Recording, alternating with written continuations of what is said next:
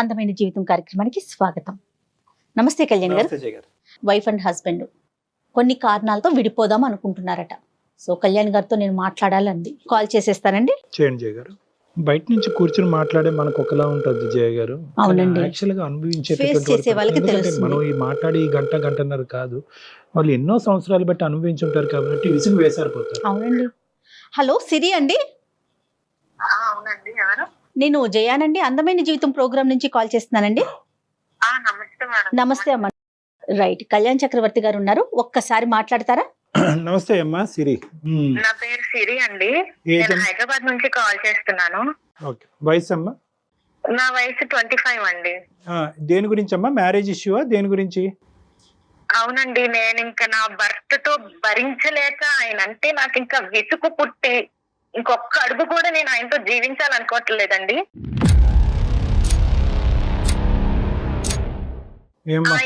ఆయనని వదిలేసి నా పిల్లల్ని తీసుకుని నేను మా ఇంటికి వెళ్ళిపోవాలనుకుంటున్నానండి, మా అమ్మ నాన్నల దగ్గరికి. ఎంతమంది పిల్లలమ్మా సిరి మీకు? 2 చిన్న పిల్లలండి. పెళ్ళి ఎంతకాలం అయిందమ్మా? పెళ్ళయి ఒక 6-7 ఇయర్స్ అయిందంటే, అంటే నాకు చిన్న వయసులోనే పెళ్లి చేసేసారండి. అతను ఏం చేస్తూ ఉంటారు? అతను ఒక ప్రైవేట్ ఎంప్లాయీ సార్ అంతే ముందు. ఇప్పుడైతే మేము ఒక చిన్న బిజినెస్ పెట్టుకున్నామండి. కానీ ఇంకా నేను అసలు ఆయన భర్త అని కూడా అనరన్నమాట. కనీసం ఒక పిల్లలు ఉన్నారు, చిన్న పిల్లలు, భార్య ఉంది అనే ఆలోచన కూడా లేకుండా. నేను చెప్తాను మేడం గారు మీకు. ఫస్ట్ ఏంటంటే అసలు ఆయనతో నేను ఇప్పుడు వెళ్ళిపోదాం అని అనుకుంటున్న స్థితిలో, కానీ ఆఖరి హోప్ గా ఒక్కసారి డాక్టర్ గారితో మాట్లాడి ఏమో ఆయన బుర్ర మారుస్తే మార్చేమో మనిషి అనే లాస్ట్ హోప్ తో నా ప్రయత్నంతో ఒక్కసారి కాల్ చేశానండి డాక్టర్ గారితో చెప్పుకుందామని. సో ఆయన డెసిషన్ కూడా నేను తీసుకుని ముందడుగు వేద్దామనే ఆలోచనతో చేశాను మేడం గారు. మంచి పని అమ్మా, మంచి పని.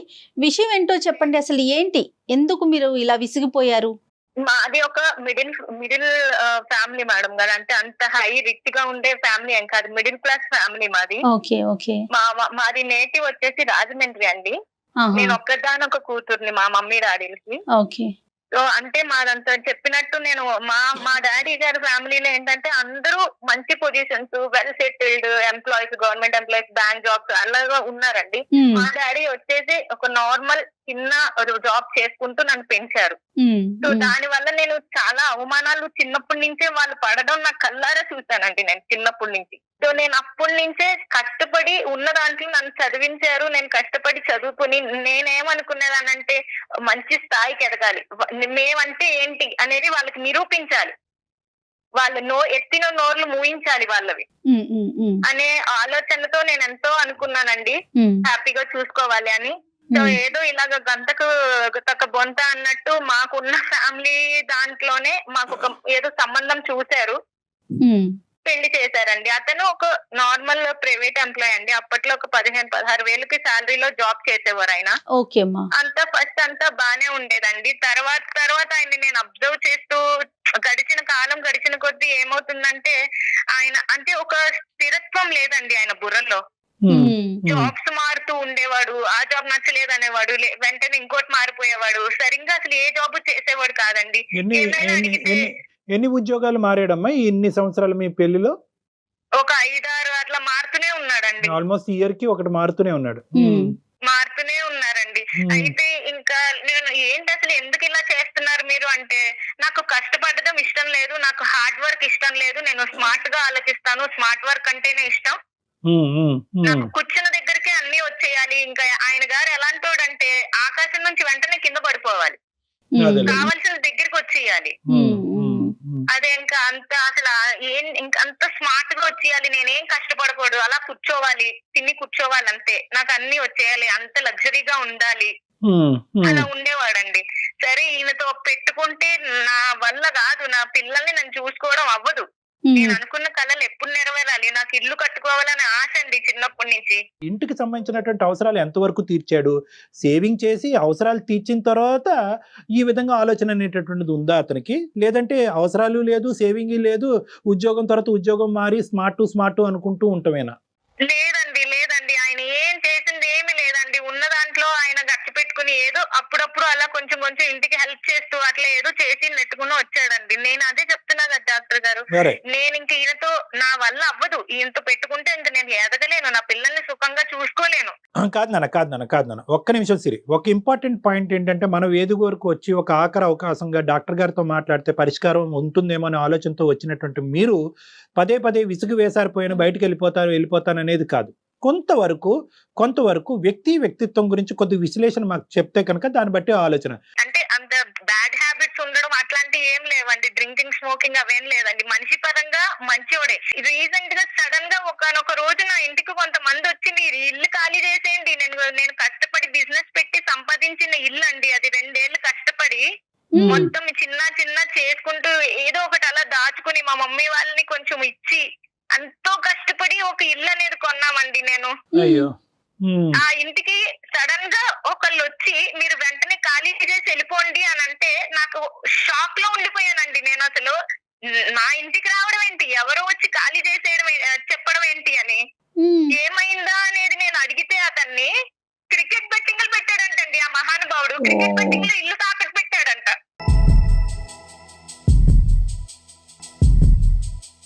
ఓహో, స్మార్ట్ అంటే ఇలాంటి స్మార్టా? అదే కదా మేడం గారు నా బాధ అంతాను. మంచి దారిలో ఎంత ఎవరు కాదంటారండి. ఇలా బెట్టింగ్లు ముందర కూడా అట్లాగే చేసేవాడండి, నాకు తెలియకుండా చేసేవాడు. అంటే ముందరంటే ఎప్పుడమ్మా, ఎన్ని సంవత్సరాల నుంచి అతనికి అలవాటు ఉంది బెట్టింగ్ అనేది? ఒక 1 ఇయర్ నుంచి అండి, 1-2 ఇయర్స్ నుంచి. అంటే క్యాంటీన్ దగ్గర పెట్టడం వల్ల జనాలు ఎవరెవరో వస్తారు, ఎవరినో చూసి ఎవరో ఆలోచన ఇచ్చారని చెప్పేసి వాళ్ళ ఫ్రెండ్ ఎవరో ఇలాగే పెట్టాడంటండి బెట్టింగ్. అతనికి డబ్బులు వచ్చాయంట, వాళ్ళ వైఫ్ కి అది కొన్నాడు ఇది కొన్నాడు అని చెప్పేసి ఈయన కూడా పెట్టాడంట. కాదమ్మా, మీ క్యాంటీన్ ఏంటమ్మా, మీరు బిజినెస్ నడిపిస్తున్నారు ప్రస్తుతం? అది చెప్పిందండి. అదే సార్, మేము కష్టపడి నేను ఒక ఆలోచనతో ఆయనకు బిజినెస్ అనేది మేము ఒక మొబైల్ ఫుడ్ కోర్ట్ లాంటిది పెట్టామండి. పెట్టారు కానీ ఒక స్థిరత్వం లేనటువంటి వ్యక్తికి ప్రతిరోజు ఒక నెలసరి జీతం కాకుండా ప్రతిరోజు చేతుల్లో డబ్బులు కనిపిస్తే కనుక ఈ మనిషి ఆలోచన ఏ విధంగా పోతుంది అనేటటువంటి ఆలోచనతో మీరు ముందు చూపుతో బిజినెస్ అనేది పెట్టారా, లేదంటే? అదే సార్, అవును. అంటే మనది అనే ఆలోచన ఉంటే ఇక్కడే ఉండి మంచిగా చేసుకుంటారు కదా సొంత బిజినెస్ అంటే అనుకుని ఆయన ముందు ఒప్పుకోలేదండి. నేను ఎన్నిసార్లు అడిగా ఆయన ఒప్పుకోలేదే, నేనేం పెట్టుకునేదేంటి, నేనేం చేయను, నేనేం చూడను అన్నాడు. కానీ నేను ఎంతో ఒప్పిస్తే సరే అని ఓకే అని ఆయన ఒప్పుకున్నారండి. ఎంత ఖర్చు అయిందమ్మా పెట్టుబడి ఎంత అయిందమ్మా? దానికి ఒక 2 lakhs 3 lakhs అయ్యిందండి. నేను ఎవరినో నా ఫ్రెండ్స్ ని వాళ్ళని వీళ్ళని అడిగి నేను తీసుకొస్తాను, నువ్వు కూడా ఎవరినో అడిగి తీసుకురా, మళ్ళీ ఇది సక్సెస్ అయ్యాక వాళ్ళకి తిరిగి ఇచ్చేద్దామని ఏదో ఒకటి అలాగా నేను అమౌంట్ అనేది తీసుకొని పెట్టించానండి. మనీ మీద అతనికి ఎంత కంట్రోల్ ఉందమ్మా? కంట్రోల్ అంటేనండి పర్లేదు. అంటే నన్ను అడిగేవాడు ఎప్పుడైనా కావాలి అన్నా, ఆయన కౌంటర్ లో ఉంటారు కాబట్టి తీసుకునేవాడు. అంత లావిష్ గా ఆలోచనలు అయితే ఉంటాయి కానీ ఖర్చులు అయితే అంత ఎప్పుడు చేయలేదండి. కాకపోతే ఇక ఈ 2-3 ఏళ్ల నుంచే ఈయన ఆలోచనలు ఇట్లాగా కొంచెం స్మార్ట్ గా చేద్దాము, ఈ బెట్టింగ్స్ లేకపోతే గ్యాంబ్లింగ్స్ ఇవన్నీ ఆలోచనలు ఆయనకు వచ్చాయండి.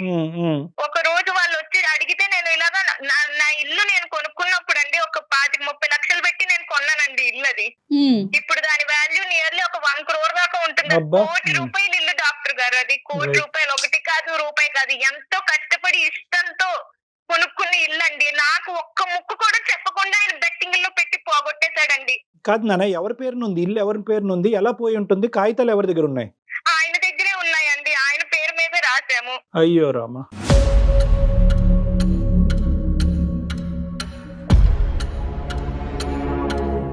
ఇప్పుడు ఏమైపోవాలి డాక్టర్ గారు, నేను నా పిల్లలు మళ్ళీ ఆ మొదటి నుంచి నేను ఇలా రాగలనా అండి? ఇంత కష్టపడి నేను సంపాదించగలనా అండి మళ్ళీ?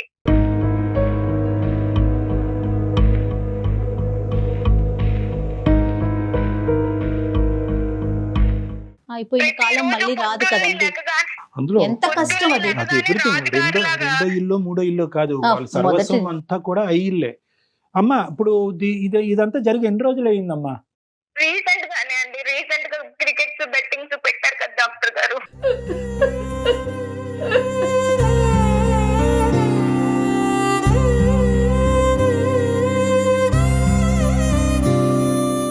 ఏంటి ఇప్పుడు ప్రశ్నిస్తే సమాధానం ఏంటి అతని దగ్గర నుంచి? ఏం లేదండి, అంతే. నేను ఇంతే, పోయింది డబ్బులు వస్తే వాడేసుకుంటావు కదా, ఆనందపడిపోతావు కదా, పోయినప్పుడు మాత్రం ఎందుకు ప్రశ్నిస్తున్నావు అంటున్నాను. సో అంటే ఇంతకు ముందు గెలిచి మీ చేతికి డబ్బులు ఇచ్చిన సందర్భాలు, మీరు ఆనందపడిన సందర్భాలు ఉన్నాయా ఉన్నాయా? మేడం? లేవు డాక్టర్ గారు, లేవు. ఇప్పుడు నేను ఇది పెట్టడం వల్ల వస్తే నువ్వు ఆనందించేదానివి కదా, పోయింది కాబట్టి నువ్వు నన్ను ప్రశ్నిస్తున్నావు, లేకపోతే నన్ను అడిగేదానివా నువ్వు అని అంటున్నాడండి. సో మీకు తెలిసి ఎప్పుడు కూడా ఈ అంశాన్ని ప్రోత్సహించలేదు? లేదండి, ఎప్పుడూ లేదు. ఒక్కసారి ఎప్పుడు కూడా అలాగే ఒక 50,000 ఎందులోనో అడిగాడు, తీసుకున్నాడు. అవి లాస్ వచ్చేసాయండి. ఏం వాడాడు కూడా తెలియదండి. అడిగితే లేదు, పోయాయి అన్నాడు.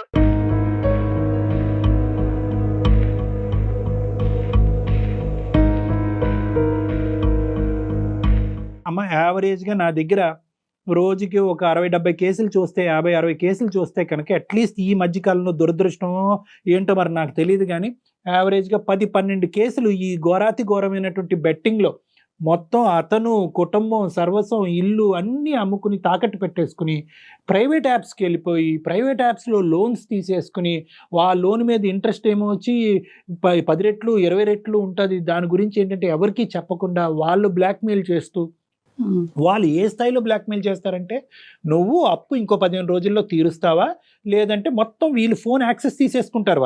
వాళ్ళ పాస్కోడ్ ఫోన్తో పాటు వీళ్ళు ఫోన్ కంప్లీట్గా ట్రాక్ చేసేసి ఆ ఫోటోలు గిటోలు కాంటాక్ట్స్ అన్నీ తీసేసుకుని నువ్వు ఇంత సమయంలో నువ్వు అప్పు తీరుస్తావా, లేదంటే నీ భార్య, నీ మొత్తం పిల్లలందరి యొక్క ఫోటోలు మార్ఫింగ్ చేసి నగ్నంగా మేము మొత్తం అందరికీ నీ కాంటాక్ట్స్ అన్నిటికి డిస్ట్రిబ్యూట్ చేయాలా అనేటటువంటి బ్లాక్మెయిల్తో సూసైడ్ చేసుకున్నటువంటి వాళ్ళు అబ్బో ఎంతో మంది ఉన్నారు జయ గారు. కాదు కళ్యాణ్ గారు, ఒకవేళ బెట్టింగ్ లో పెట్టినప్పుడు గెలిస్తే ఓకే, ఓడిపోతే అంతకి మించి నష్టం వస్తుందనే వాళ్ళ మైండ్ సెట్ పనిచేయదండి మేడం. నిజంగా నేను చెప్తున్నాను, గెలుపు అనేటటువంటిది బెట్టింగ్లో 0.5%.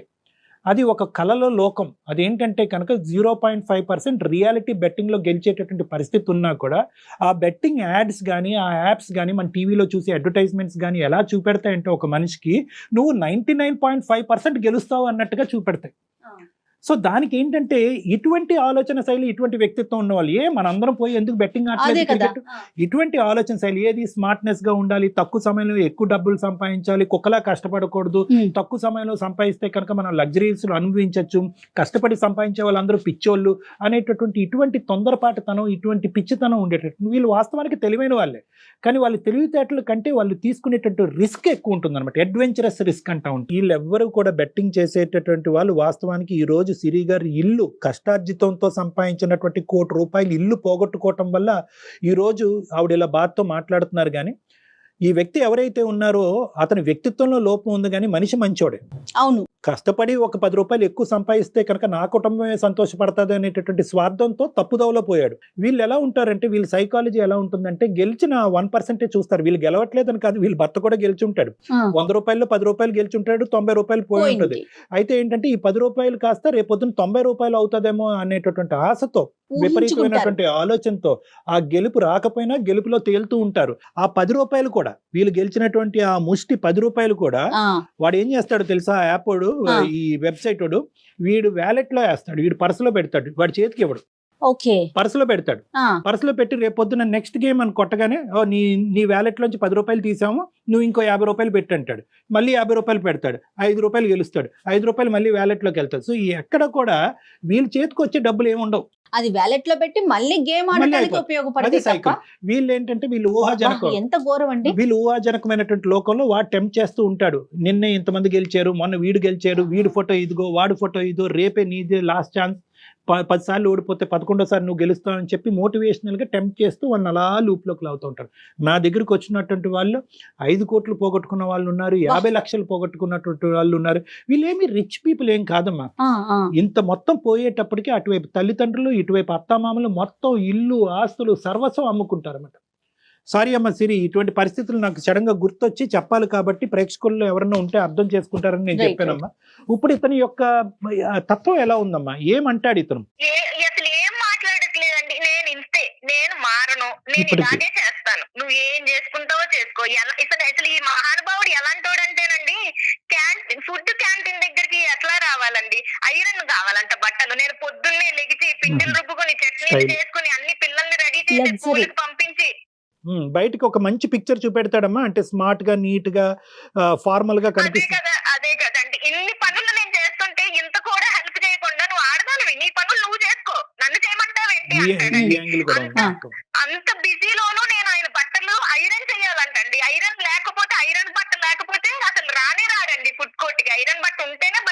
కొద్ది షోక్ గాళ్ళండి. కష్టార్జితం వచ్చేటటువంటి డబ్బులతో అతని పేరుని ఇల్లు కొనటం ఏంటమ్మా, నాకు అర్థం కావట్లేదు ఇక్కడ. అతని పేరుని నా ఇల్లు ఎందుకు పేరు మీద పెడదామంటే నేనంటే నమ్మకం లేదా, నాకు వాల్యూ లేదా, నేను ఏమైనా పోగొట్టేస్తానా? ఈవిడ sentiments తో అతను ఇలాంటి ప్యాక్ చేస్తాడు. మాట్లాడుతుంటే ఏం ఇలాంటి వాళ్ళకి మాటలు చేస్తామండి కూడా ఇంకా? బాగొస్తాయి అనుకుంటా. చతుర్యం చాలా మరి సిరి ఒకసారి మాట్లాడదామా, డాక్టర్ గారితో ఏమన్నా మాట్లాడించి చూద్దామా? ఖచ్చితంగానండి, నేను అందుకే ఫోన్ చేశానండి.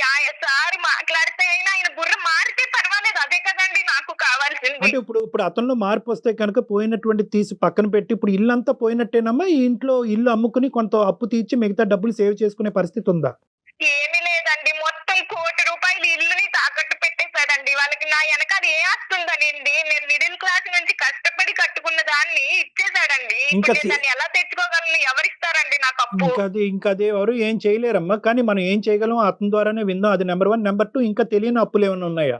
ఇంతటితో ఏమో ముగిసిందా? డాక్టర్ గారు, ఆయన గారికే తెలియాలి. తెలియకుండా ఇంత పెద్ద ఇల్లునే తాకట్టు పెట్టాడు. ఇంక నాకు తెలియకుండా ఎన్ని వేసాడు నాకు తెలియదండి. ఒకప్పుడు అతనిలో ఒక పరివర్తన వస్తే కనుక ఈ కథను ఇక్కడితో ముగించి గతాన్ని తవ్వకుండా అతనితో పాటు ప్రయాణం చేస్తూ కష్టపడి ఉండే ఉద్దేశం నీకుందమ్మా?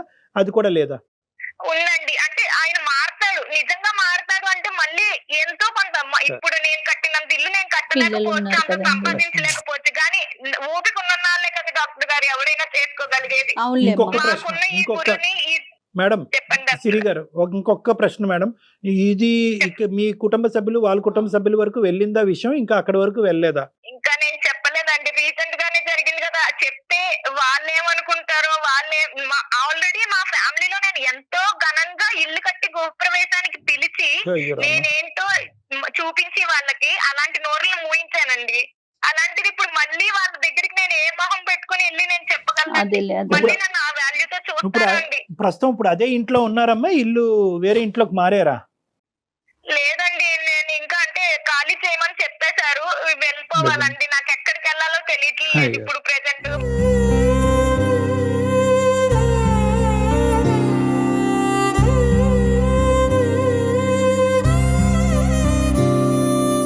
అతని పేరేంటమ్మా? అతని పేరు రాజు అండి. ఎక్కడున్నారమ్మా రాజుగారు?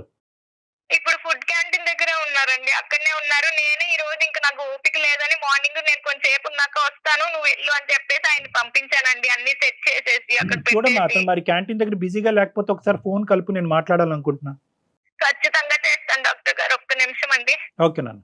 आपका कॉल होल्ड पर है, कृपया प्रतीक्षा कीजिए, please stay on the line. Hello hello Siri చెప్పు. ఏంటి?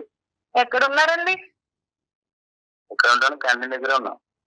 సరే కానీ నేను నా ఊరు వెళ్తున్నాను పిల్లల్ని తీసుకొని. ఎందుకు? ఏమైంది? ఎందుకు వెళ్తున్నావు? లేదండి, నేను రావట్లేదు, మీరే అది చూసుకోండి సరేనా? మీరే అది మెయింటైన్ చేయండి. నేనైతే ఇంకా నేను వెళ్ళిపోతున్నానండి పిల్లల్ని తీసుకొని, ఇంకా రాను. ఒక్కడి వల్ల ఎలా అవుతుంది? అవన్నీ మీరు చూసుకోండి, నాకేం సంబంధం లేదండి. ఇంకా నేను మీతో ఉండలేనండి, నేను వెళ్ళిపోతున్నాను నా పిల్లల్ని తీసుకొని. ఆఖరిసారిగా నేను ఒకసారి మన కళ్యాణ్ చక్రవర్తి గారు డాక్టర్ సైకియాట్రిస్ట్, ఆయనతో నేను ఈ విషయం అనేది నేను చెప్పానండి, మన విషయము. ఆయన ఊళ్ళో వాళ్ళంతా చెప్పచాటు వేస్తున్నావు అదేంటి?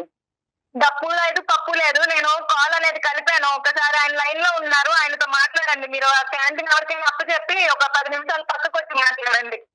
రాజుగారు నమస్తే అండి. రాజుగారు నమస్కారం సార్. నమస్తే. నేను ఊరోనే కానీ కొద్దిగా ఇటువంటి విషయాల్లో కొద్దిగా చాకచక్యంగా డీల్ చేసేటటువంటి వ్యక్తి.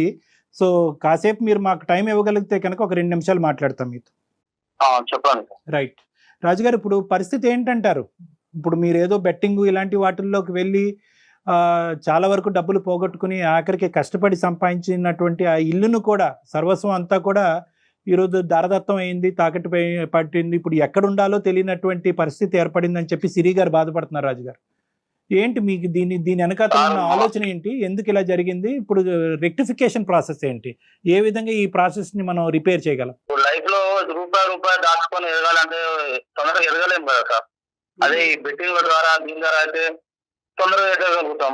ఇప్పుడు మా బడ్డీ కొట్టుకోరికి వచ్చి చాలా మంది అనుకుంటారు, టిఫిన్ చేసుకుంటూ వాళ్ళు మాట్లాడుకుంటున్నారు. మా ఫ్రెండ్ కి ఒకతనికి 50,000 పెడితే 30 లక్షలు వచ్చింది.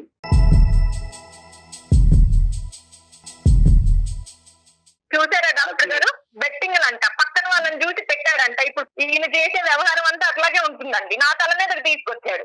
సార్ ఇప్పుడు మాకు ఎలాగో క్యాంటీన్ కాబట్టి దాని మీద ఎట్లాగో బిజినెస్ చేస్తాం. ఏదో స్మార్ట్. ఇప్పుడు మా ఫ్రెండ్ కి 50,000 పెడితే 30 లక్షలు వచ్చింది.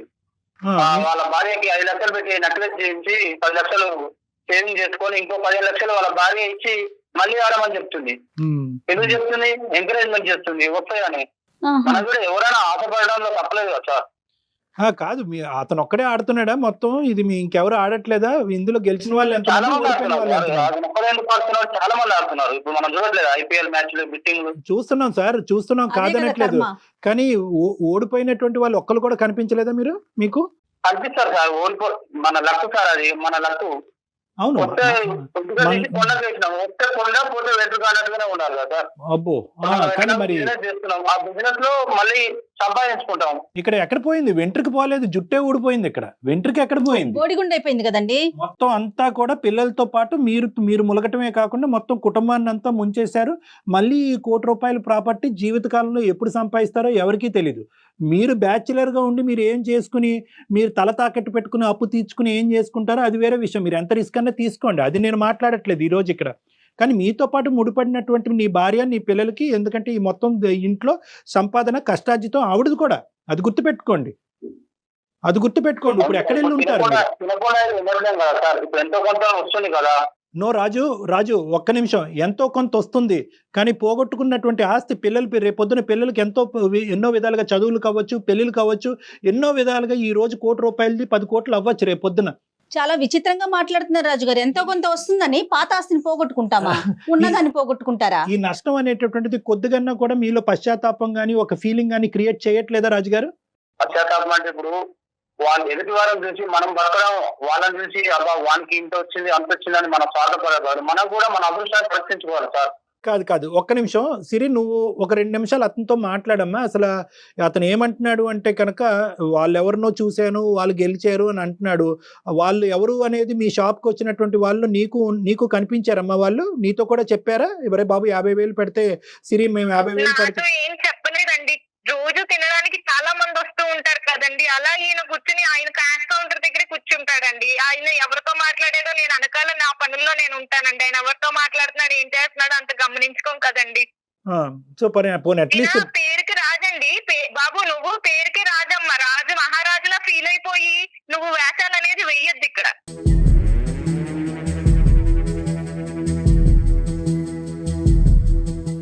అసలు మూర్ఖుడండి, పరమ మూర్ఖుడులా బిహేవ్ చేస్తున్నాడు. ఎన్నిసార్లు చెప్పినా మాటే వినట్లేదండి. అసలు నేను చేసిందే కరెక్ట్, నేను వెళ్ళేదే కరెక్ట్ అనుకుంటున్నాడు తప్ప నా మీద బేస్ అయ్యి ఒక పిల్ల ఉంది, పిల్లలు ఉన్నారు, వాళ్ళ భవిష్యత్తు ఉంది, అదేమో ఆలోచన లేదండి. ఉంది కదా, ఓపిక ఉంది కదండి, బుర్ర ఉంది కదా, తెలివి ఉంది కదా, మంచిగా వాడుకోవచ్చు కదండి. బెట్టింగ్లు గ్యాంబ్లింగ్లు ఏంటి డాక్టర్ గారు?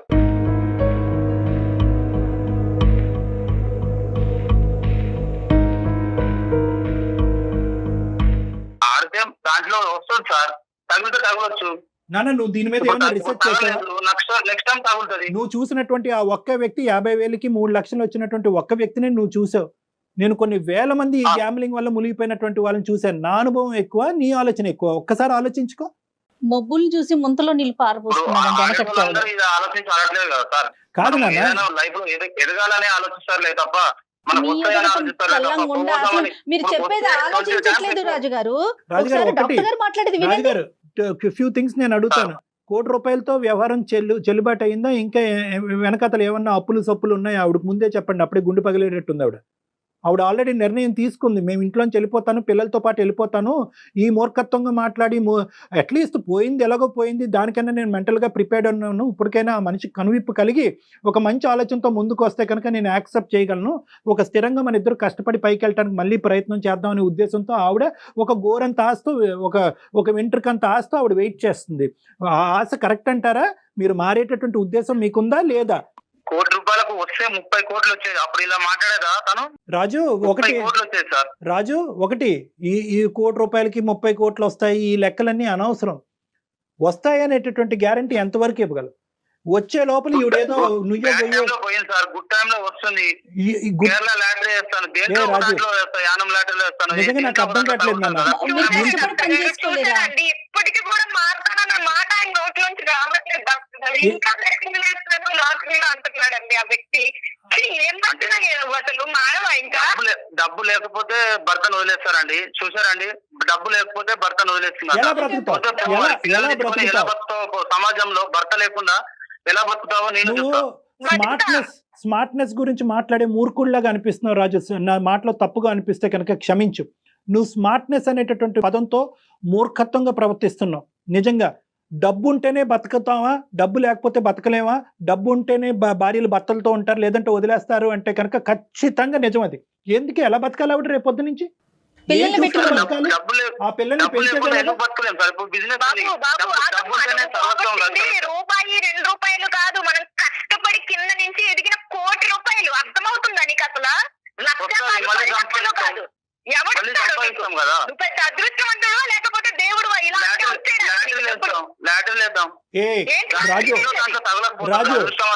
రాజు ప్రతి మనిషికి ఒక పిచ్చి ఉంటుందేమో గానీ ఇది నీకుండేటటువంటి పిచ్చి కళల పిచ్చి. నువ్వు ఊహాజనకమైనటువంటి కళల లోకంలో తేలుతున్నావు, రియాలిటీకి చాలా దూరంగా వెళ్ళిపోతున్నావు. ఇది మంచిది కాదు. రేపొద్దు నేను ఇది అవుతాను, one day I will become king అనే ఆ పాత సినిమా రాజేంద్ర ప్రసాద్ లాగా ఉంది నీ మాట. వాళ్ళని చూసి అబ్బా వాడికి తగిలింది వీడికి తగిలింది అదే మనకు వచ్చే బాగుందని స్వార్థంగా ఆలోచించే బదులు మనం కూడా ఒకసారి ట్రై చేస్తే మనకు వస్తుంది కదా. నాన్న ట్రై చేయొచ్చు. ఇందాక జీవితంలో ఒకసారి ఉంటుంది. ఎప్పుడైనా కూడా నువ్వు ఇలాంటి రిస్క్ తీసుకోవాలి అంటే, స్మార్ట్ గా రిస్క్ తీసుకోవాలంటే కనుక రిస్క్ వల్ల జరిగేటటువంటి నష్టం నీతో పాటు ఎవరున్నారు, ఎవరు మునిగిపోతున్నారు అనేటటువంటి ఆలోచన కూడా చాలా ఇంపార్టెంట్. అదృష్టం సార్, అదృష్టం వరించినప్పుడు ఖచ్చితంగా నీ అదృష్టం తగలయ్యా. ఏం కదా బాబు ఈ అదృష్టం? ఏం అదృష్టం అయ్యా? నీ భార్య ఇలా ఏడవటం అదృష్టమా? ఏది అదృష్టం? మళ్ళీ కష్టపడి రూపాయి కష్టపడి ఎప్పుడు కావాలి? రూపాయి దాచుకొని అదేదో ఒకసారి ఇట్లా కుండ బద్దలు కొట్టినట్టుగా రాజు గ్యాంబ్లింగ్. నేను ఒక్కటి మంచిగా చెప్తున్నాను, నీ బ్రదర్ అనుకో లేదంటే మీ పెద్దనాన్న అనుకో, మామయ్య అనుకో, మీ తండ్రి అనుకో, నేను ఒక్క మాట పదే పదే నీకు చెప్తున్నాను. నా తరపున నీ రిక్వెస్ట్, గ్యాంబ్లింగ్ అనేటటువంటిది ప్రపంచంలో అతి భయంకరమైనటువంటి ప్రస్తుత సమాజంలో ఉండేటటువంటి ఒక అతి భయానకమైనటువంటి ఒక వ్యసనం. ఎన్ని లోన్ యాప్ల్లోకి ఏమన్నా వెళ్ళేవా నువ్వు? ఏం వెళ్ళలేదు సార్. అలాంటివి వెళ్ళలేవు. మరి ఎక్కడి నుంచి వచ్చినాయి ఇంత డబ్బులు? తన పేరు మీద ఉంది కదా, ఎవరేం చేస్తారు ఇదేం మాట్లాడతాదని ఆడది అనుకుని నన్ను కనీసం నా ఇది కూడా లేకుండా నా పెట్టేశాడండి. అదే రాజు, రాజు వచ్చినప్పుడు మాట్లాడు. నీకు నీ పాదాలకి దండం పెడతాది. మాట్లాడదు కానీ వచ్చినప్పుడు నువ్వు మాట్లాడు. వచ్చినప్పుడు నువ్వు మాట్లాడు రాజు. నీతో పాటు పగటకల్ల కంటానికి నీ కుటుంబ సభ్యులు కానీ నీ చుట్టుపక్కల ఉండేటటువంటి వాళ్ళు కానీ ఎవరు రెడీగా లేరు. ఇప్పటికొచ్చి మీ అటువైపు కానీ ఇటువైపు కానీ తల్లిదండ్రులకి ఎవరికి తెలియదు. ఇది ఎవరికైనా తెలిస్తే కనుక ఈ ఒక్క సెకండ్ కూడా ఈ అమ్మాయిని ఈ ఆలోచన కూడా ఉండేవ్వకుండా పట్టుకెళ్ళిపోయి ఉండేవారు. వెళ్ళిపోమను, ఎలా బతుకుతుందో నేను చూస్తాను.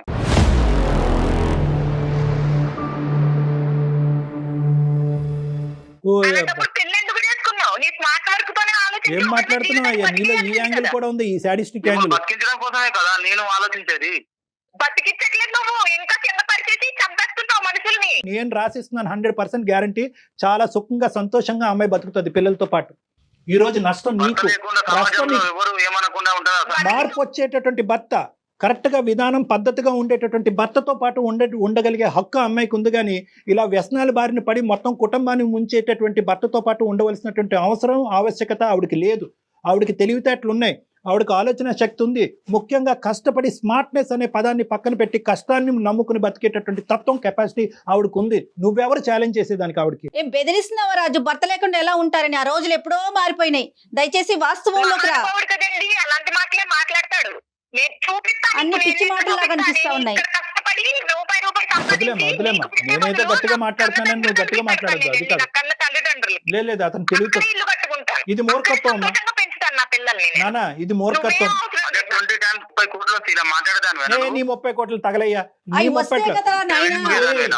30 నీకు పిచ్చి పట్టినట్టు అవుతుంది. ఒక్క నిమిషం నా మాట విని రాజు. ఒక్కసారి నన్ను వచ్చి పర్సనల్ గా కలు. దయచేసి అర్థం చేసుకొని, నీకు ఒక పిచ్చి పట్టింది, ఒక వ్యసనం అయినటువంటి వ్యాధితో నువ్వు బాధపడుతున్నావు.